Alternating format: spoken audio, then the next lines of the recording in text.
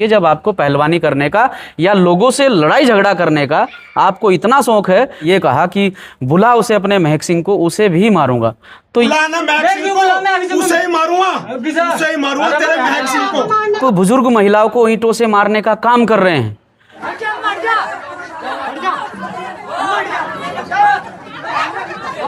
और ये बौखलाहट है इनके अंदर।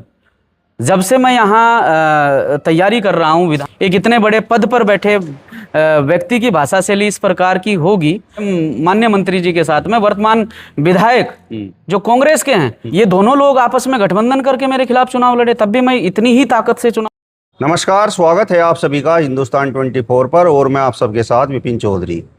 भीम आर्मी के पूर्व प्रदेश अध्यक्ष और झबरेड़ा विधानसभा से आज़ाद समाज पार्टी के प्रत्याशी महक सिंह का एक वीडियो सोशल मीडिया पर इस समय खूब वायरल हो रहा है। महक सिंह झबरेड़ा कोतवाली में खड़े हुए हैं और भारतीय जनता पार्टी के जो दर्जा प्राप्त राज्य मंत्री हैं देशराज कर्णवाल, जो झबरेड़ा से पूर्व में विधायक भी रहे हैं, उन्हें ललकार रहे हैं और एक तरह से कुश्ती लड़ने के लिए उन्हें चैलेंज कर रहे हैं। अब इस उग्रता के पीछे आखिर वजह क्या रही, तो बातचीत करने के लिए महक सिंह जी इस समय हमारे साथ में मौजूद हैं। महक सिंह जी, सबसे पहले तो हमारे चैनल पर आपका बहुत बहुत स्वागत है। बहुत बहुत धन्यवाद। जिस तरीके की उग्रता आप झबरेड़ा कोतवाली में खड़े होकर दिखा रहे हैं, जो दर्जा प्राप्त राज्य मंत्री हैं देशराज कर्णवाल, उत्तराखंड सरकार में वो मंत्री हैं, उन्हें आप ललकार रहे हैं, चैलेंज कर रहे हैं, तो इसके पीछे वजह क्या है? पहली बात तो ये कि मैं कोतवाली झबरेड़ा में पहुंचा और वहां पहुंचकर मैंने पीड़ित परिवार की बात रखी, उसके साथ साथ मैंने अपनी बात भी रखी। मैंने किसी को ललकारा नहीं, ना मेरा स्वभाव है कि मैं किसी को ललकारूं। मैं बाबा साहब डॉक्टर अंबेडकर साहब को मानने वाला व्यक्ति हूं। मैं संवैधानिक तौर पर वहां अपनी बात रखने के लिए गया था। जिस प्रकार का घटनाक्रम झबरेड़ी खुर्द में हुआ है वो बेहद निंदनीय है। यहाँ भारतीय जनता पार्टी में जो दर्जाधारी मंत्री देशराज कर्णवाल जी हैं, उनके द्वारा जन जन की सरकार जन जन के द्वार एक प्रोग्राम जो है झबरेड़ी खुर्द में लगाया गया। उस प्रोग्राम में वहाँ की महिलाओं ने, बुजुर्गों ने कुछ सवाल किए, क्योंकि लगातार इन प्रोग्रामों के माध्यम से माननीय मंत्री जी का कहना यह है कि लोगों की समस्याओं का समाधान हो रहा है, हम लोगों की समस्याओं का समाधान कर रहे हैं, जिससे विपक्षी दलों में दिक्कत परेशानियां हैं। जबकि ऐसा नहीं है। जितने भी प्रोग्राम इनके द्वारा लगाए गए हैं, किसी भी प्रोग्राम में किसी की समस्या का कोई समाधान नहीं हुआ है। वहाँ लोगों ने अपनी बात रखी, वहाँ की महिलाओं ने कहा, क्योंकि वहाँ मौके पर मौजूद कुछ विधवा महिला भी थी जिन्होंने विधवा पेंशन की बात की। कुछ लोगों ने अपनी सड़क को लेकर अपनी बात रखी, राशन कार्ड को लेकर अपनी बात रखी। तो मंत्री जी जो है वहाँ की महिलाओं के सवालों के जवाब नहीं दे पाए, और जब सवालों के जवाब नहीं दे पाए तो वहाँ के लोगों ने अधिकारियों से भी सवाल करने शुरू कर दिए। तो उस पर मंत्री जी बौखला गए और मंत्री जी जो है आनन फानन में आकर महिलाओं के प्रति अभद्र भाषा का इस्तेमाल करने लगे। जबकि हालांकि उनकी धर्मपत्नी वैजंती माला जी भी वहाँ पर मौजूद थी। हम उनका सम्मान करते हैं, एक महिला हैं, लेकिन किस प्रकार की भाषा शैली का उन्होंने जो है वहाँ मौजूद महिलाओं के प्रति इस्तेमाल किया है, वो सोशल मीडिया के माध्यम से सभी के पास पहुँचा है और सभी ने देखा भी है कि किस प्रकार से जो है उनके द्वारा महिलाओं को गाली गलौज की जा रही है। ईंट उठाकर मंत्री जी के द्वारा, मतलब राजनीति का स्तर क्या इतना गिर गया कि आप भारतीय जनता पार्टी के लोग या भारतीय जनता पार्टी की सरकार जो है वो महिला सम्मान की बात करती है, और आपका राजनीति का लेवल इतना गिर गया कि आप नीचे से ईंट उठाकर जो है एक बुजुर्ग महिला को मारने का काम कर रहे हैं। अगर आपसे सवाल किया है तो आप उनके सवालों का जवाब दीजिए। आपने काम ही नहीं किया है तो आप जवाब क्या दे पाएंगे? वैजंती माला का तो आरोप ये है कि भीम आर्मी का स्तर इतना गिर गया है क्या, यही महिला का सम्मान है क्या? वो तो बोल रही हैं कि वहाँ पर उन्हें पीटा गया। देखिए, वहाँ जिस प्रकार की भाषा शैली का इन्होंने इस्तेमाल किया, वहाँ की महिलाओं ने उसका विरोध किया, वहाँ के नौजवान साथियों ने उसका विरोध किया, और मंत्री जी के साथ में जो लोग चल कर गए थे उन लोगों ने वहाँ हाथापाई की, मारपीट की, महिलाओं के साथ में भी और नौजवान साथियों के साथ में भी। इसमें तो भीम आर्मी का कोई कहीं से कहीं तक भी कोई लेना देना नहीं था। वो तो जबरदस्ती आ बैल मुझे मारने वाली स्थिति पैदा जो है माननीय मंत्री जी के द्वारा की गई, क्योंकि वहाँ के जो लोग हैं, यहाँ झबरेड़ा विधानसभा में प्रत्येक बिरादरी में हमारा ग्राफ तेजी से बढ़ रहा है और एससी समाज में बहुत अच्छे स्तर से लोग हमारे साथ में जुड़ रहे हैं बहुत पहले से।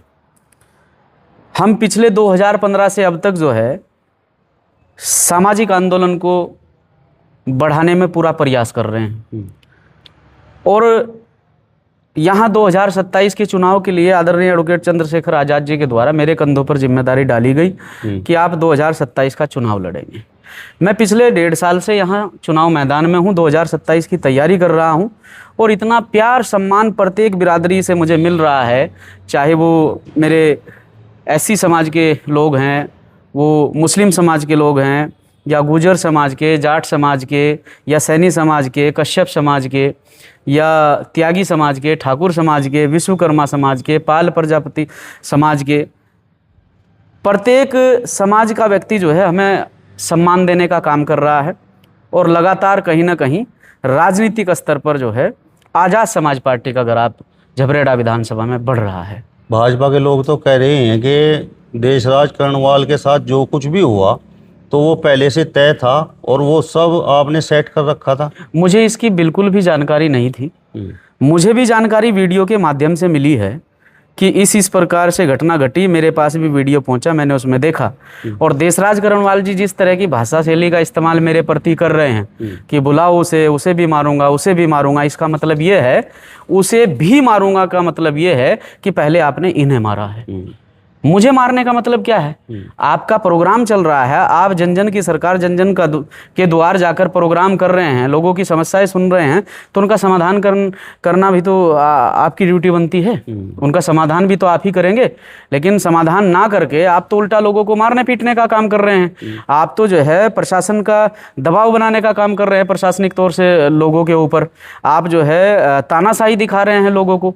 सारी वीडियो, सारे CCTV फुटेज जो है वो प्रशासन के पास में है। जिस प्रकार से ये वहाँ गाली गलौज कर रहे हैं, जिस प्रकार से इन्होंने दरवाजे में लात मारने का काम किया और लास्ट में एक बच्चे को इन्होंने कंधे पर काटने का भी काम किया है, तो क्या इतना स्तर गिर गया इन लोगों का कि इस तरह की राजनीति करेंगे? और मुझे क्यों घसीट रहे? मेरा क्या मतलब है उसमें? आपने गांव में प्रोग्राम लगाया, वो आपके प्रोग्राम में उन्होंने अपनी समस्याएं रखी, आपके पास में अगर उनका समाधान था तो उनसे बात करते, नहीं तो चले आते। क्यों बेकार में आपने वहाँ बहस की? मेरा नाम बीच में जो है उछाला गया, मेरा नाम बीच में उछाला गया। सिर्फ उस बच्चे ने एक बात कही कि जब भी यहाँ कोई दिक्कत परेशानी होती है, हम महक सिंह भाई को फ़ोन करते हैं तो हमारी समस्या का समाधान मिनटों में होता है। उन्होंने सिर्फ इतनी बात कही मेरे कार्य को लेकर, क्योंकि मैं यहाँ ज़िला हरिद्वार के साथ साथ उत्तराखंड प्रदेश में, क्योंकि मेरे पास में पूर्व में प्रदेश की जिम्मेदारी थी, मैं अपनी पार्टी का प्रदेश अध्यक्ष था, अभी मैं यहाँ विधानसभा पे प्रत्याशी हूँ, यहाँ पर प्रभारी हूँ, तो मेरी पूर्णतः जिम्मेदारी इस विधानसभा की बनी हुई है। जब भी कोई समस्या परेशानी मेरे सामने क्षेत्र के लोग रखते हैं तो मैं कोशिश करता हूं कि उन तक पहुंचा जाए और उनकी समस्याओं का समाधान किया जाए, और मैं मिनटों में पहुंचने का प्रयास करता हूं उनके पास में। यही बात उस लड़के ने वहां पर रखी और इस बात पर जो है माननीय मंत्री जी ने ये कहा कि बुला उसे अपने महक सिंह को, उसे भी मारूंगा। तो ये भाषा शैली मुझे लगता है ठीक नहीं है। एक इतने बड़े पद पर बैठे व्यक्ति की भाषा शैली इस प्रकार की होगी तो फिर भारतीय जनता पार्टी का निचला पायदान का कार्यकर्ता का व्यवहार क्या होगा?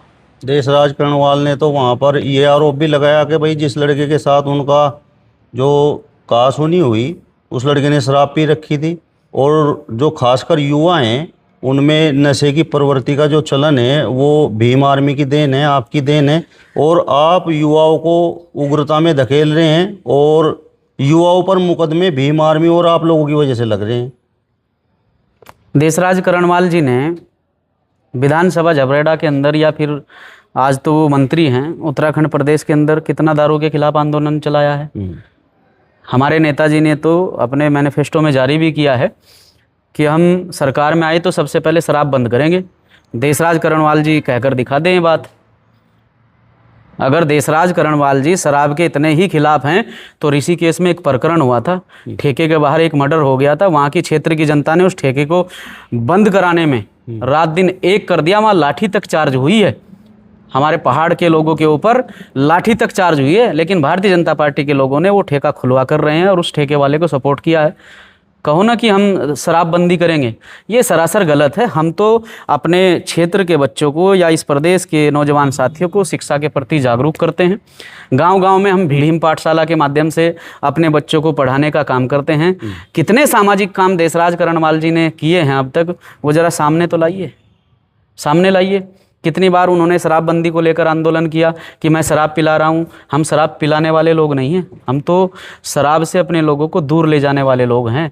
हम अपने हर भाषण में, जहाँ भी कोई प्रोग्राम होता है, हर भाषण में इस बात को कहते हैं कि नशा जो है वो आपको शारीरिक नुकसान देता है, आर्थिक नुकसान देता है, और नशे से आप दूर रहें और स्वस्थ रहें। हर जगह हम ये संदेश देते हैं और पढ़ाई के प्रति अपने समाज को जागरूक करते हैं। इन्होंने कितना, हमने तो भीम पाठशालाओं के माध्यम से जितना हम कर सकते थे, क्योंकि साहब आज हम सामाजिक आंदोलन को चला रहे हैं। सामाजिक आंदोलन के साथ साथ हम राजनीतिक तौर पर अपनी पार्टी को आगे बढ़ाने का प्रयास कर रहे हैं। जो लोग पहले से मजबूत हैं, ताकत में, आप तो सरकार में हैं, आपने कितना शिक्षा को लेकर जो है क्षेत्र में इसके लिए कितनी मुहिम चलाई, आपने कितना शिक्षा को बढ़ावा दिया। बात वो कहनी चाहिए कल को, क्योंकि मुझे ये भी पता है कि कल को जब पत्रकार बंधु उनसे सवाल करेंगे तो वो अपनी बात से पलट जाएंगे।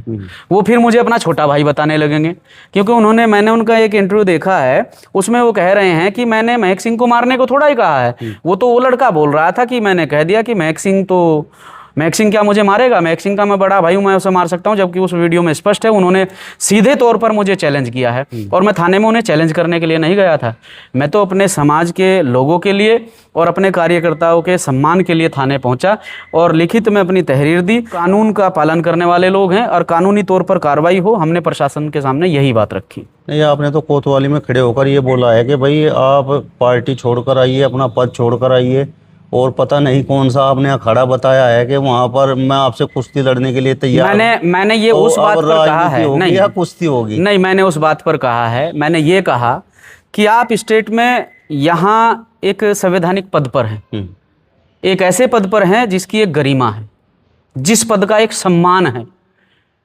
अगर आप उस पद की गरिमा नहीं समझ रहे हैं, आप बुजुर्ग महिलाओं को ईंटों से मारने का काम कर रहे हैं, आप एक बच्चे के कंधे पर काट रहे हैं, और आप सीधे तौर पर आज़ाद समाज पार्टी के एक छोटे से कार्यकर्ता को सीधे तौर पर चैलेंज कर रहे हैं, तो मैंने उस बात को लेकर ये बात कही कि आप ये संवैधानिक पद जो आपके पास है इसे छोड़कर आइए, पार्टी का जो दायित्व आपके पास है उसे छोड़कर आइए, और आपको राजनीति छोड़कर पहलवानी में आ जाना चाहिए। जब आपको पहलवानी करने का या लोगों से लड़ाई झगड़ा करने का आपको इतना शौक है, तो फिर आप राजनीति में कर क्या रहे हैं?